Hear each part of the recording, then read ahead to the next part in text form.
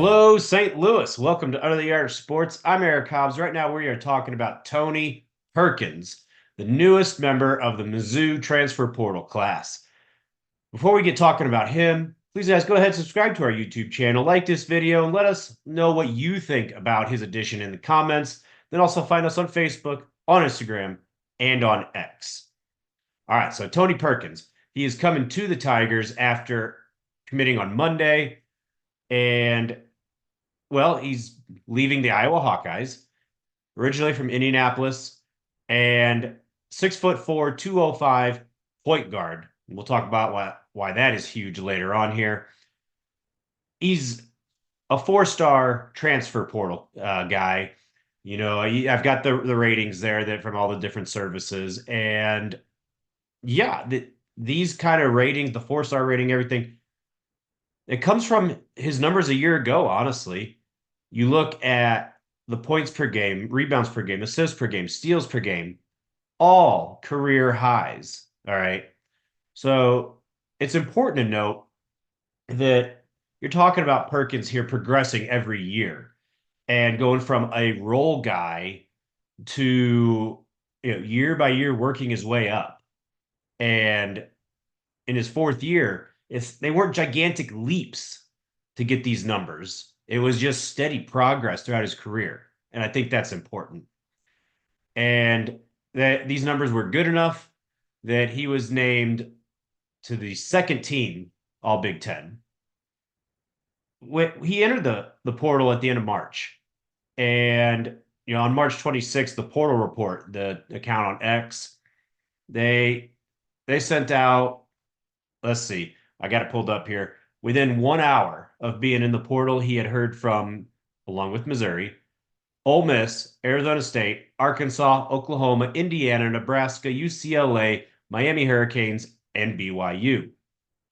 So just looking at this, a number of tournament teams, his hometown Indiana Hoosiers, and he did visit Oregon as well.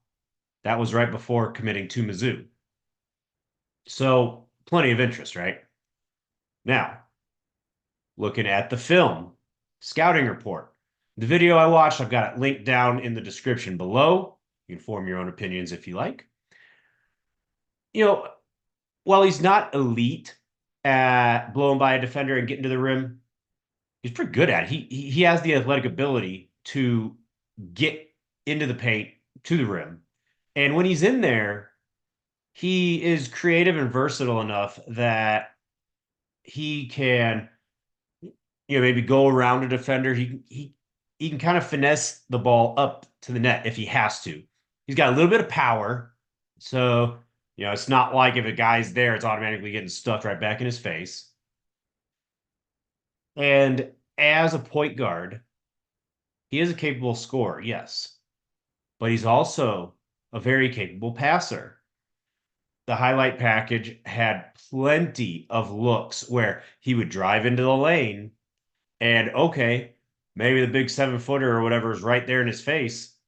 So he just quick little bounce pass, sometimes kind of tricky ones. And the Iowa Post guy was wide open for a dunk. I liked seeing his entry passes. They were good in that they were placed in a position to where the defender had no chance to get the ball without fouling. That sometimes was just enough of a rainbow kind of pass that it went over the defender, and the Iowa Post guy would just really have to reach for it. But there was enough touch that was high enough, but still not throwing it 5 rows deep. Yeah, so you trust him passing, and deals. He's disruptive. He's ready to get out and run. As far as him shooting from outside, capable.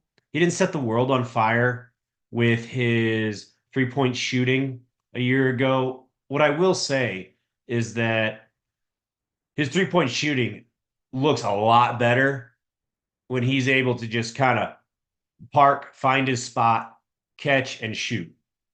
When he's set, I guess is the best way to explain it. When he's set and ready to shoot, yeah, he's a pretty good 3-point shooter. When he's, pulling up off the dribble or something, that's when it kind of goes south a little bit.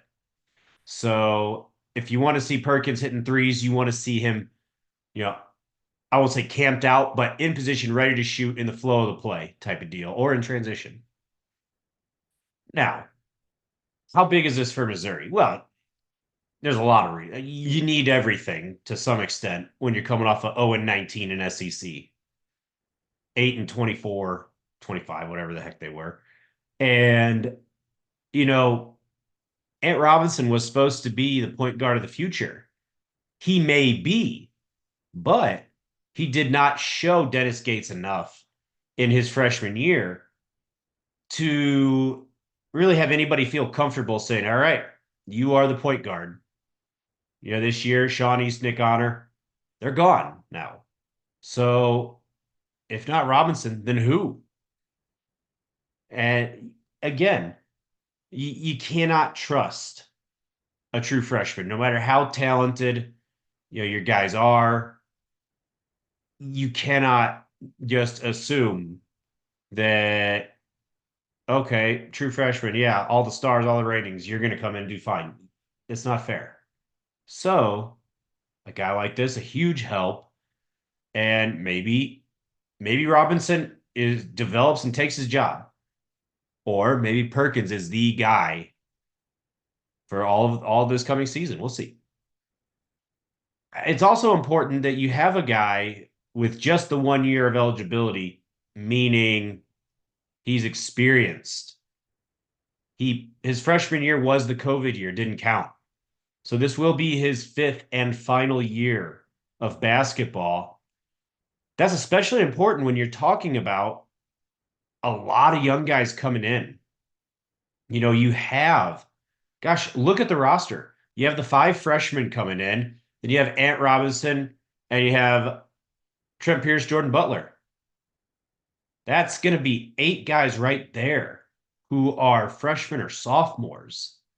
It's a young team. You need experience that he gives you.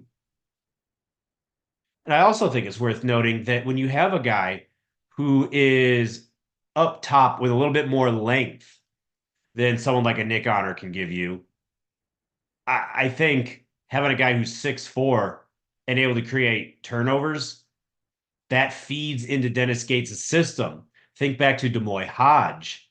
He had a little bit more length. He was able to get steals, create havoc, turn the ball over, and Missouri was able to get out in transition, right? They couldn't do that with such a short, set of guards. Having a guy who's 6'4" up top, that makes life a little bit easier. And I think will help in the transition game in terms of causing turnovers and letting the team get out and run. This probably is not it. I'm sure it's not it. John Porter is still out there. We'll see what happens. But I'd be shocked if this was the last Mizzou transfer portal video I did for Dennis Gates' squad. But until we have more news, keep tuned here to Under the Arch Sports. We're going to talk about it. When that news does come, and I'm sure it will, we will have you covered. Till next time, thank you for watching.